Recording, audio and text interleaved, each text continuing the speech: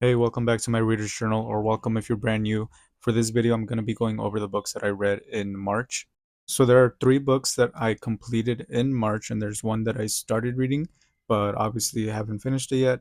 And I am going to be talking about them a little bit in a very general sense, but I'm going to be talking more in depth when I do the review videos for these books, which will be coming out soon.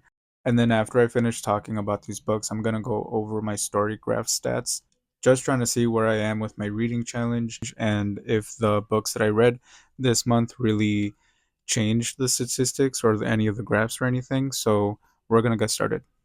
All right, so the first book that I read this month is The Hating Game. This is a adult romance. It's very rivals to lovers based, and I, for the most part, did enjoy it. I liked the humor, I liked the banter.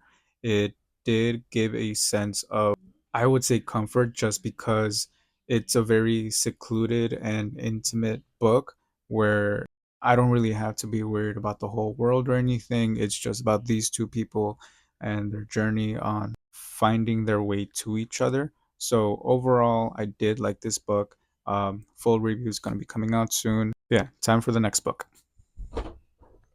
So the next book that I read in March is Paper Towns. Now this is the start of my John Green readathon. I first read this book when I was a junior in high school, and I specifically remember liking the book. I wasn't in love with the book, but I remember thinking that it was a good book.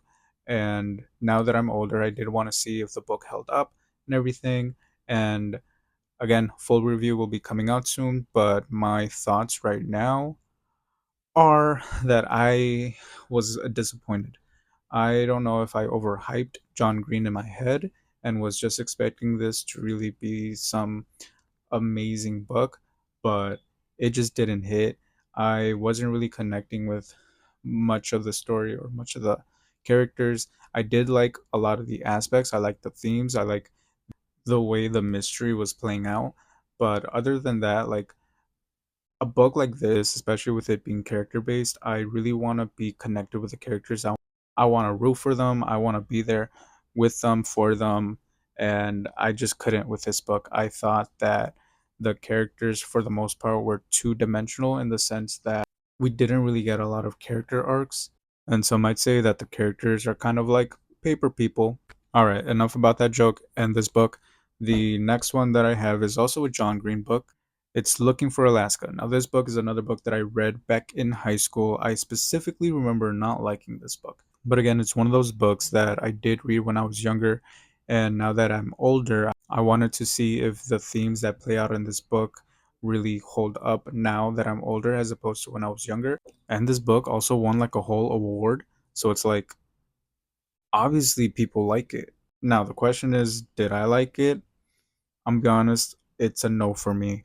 I couldn't connect to the characters at all. I preferred Paper Towns over this book, and I kid you not, it got to the halfway point, and I literally thought to myself, I couldn't care any less about these characters, and that's sad. Like, I got like the book isn't that long either. Like, I got halfway through and I was like, I legit don't care about these characters. I don't care about the main character.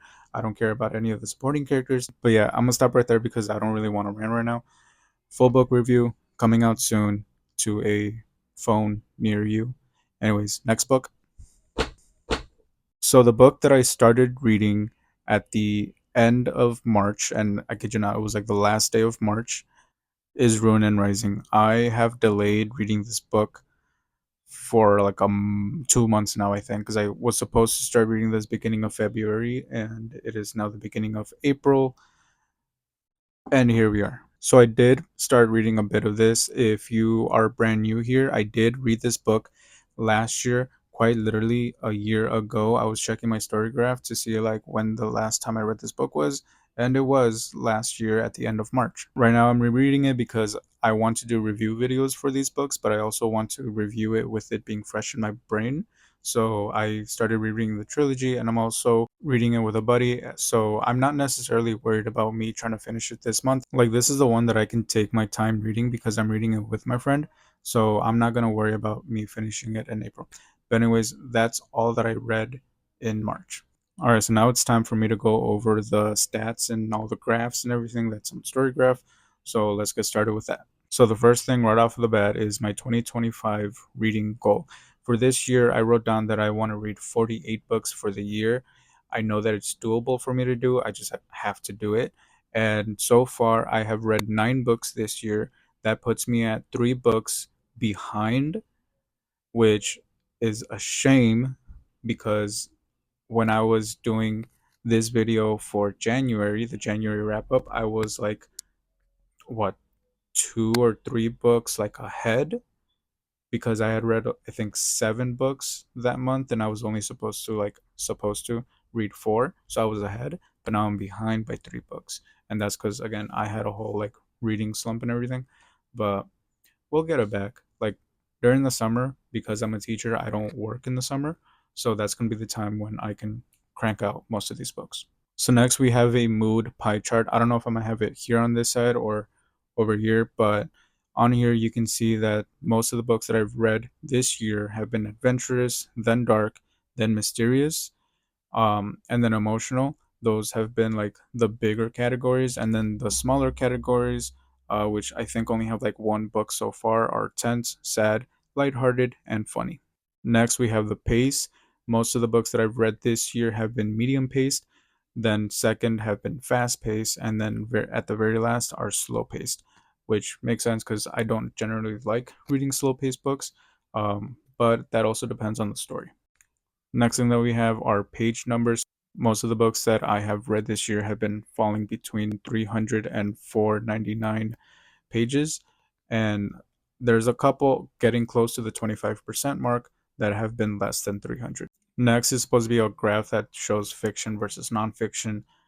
I'm a fiction type of person.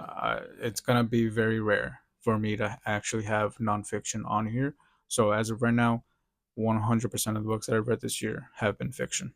Next, we have the genre bar graph. This one I think is one of the more interesting ones because I'm able to see the different genres really being divided. And it really helps me get to know myself in the sense of like, oh, what am I reading? And then based on that, like when I look at the books that fall in those genres, I'm able to see if I like that genre or if that's a genre that I've noticed that I'm not necessarily liking when I read those books. So as of right now, the biggest genre that I have is young adult. This makes sense because I'm reading a lot of the young adult books that are on my shelves that I'm trying to get through. And I say that, but then I've also noticed that a lot of the books that I'm reading are rereads right now because I'm just trying to crank those out and refresh my memory with those. But I will eventually get to the books that I have not read at all. Next is fantasy. Love myself a good fantasy book.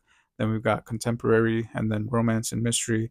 And then the next genres that only connect with 1 book are dystopian, thriller, sports, and science. There's also a bar graph that shows me the most read authors. As of right now, Lee Bardugo and John Green are tied. But then when I read this bad boy, Lee Bardugo is going to up one John Green. But then when I read the next book that I have planned, John Green is gonna tie it back up. So we'll see who wins. Next thing we have is the number of books and pages. As of right now, I have read 9 books this year and a total of 3,119 pages.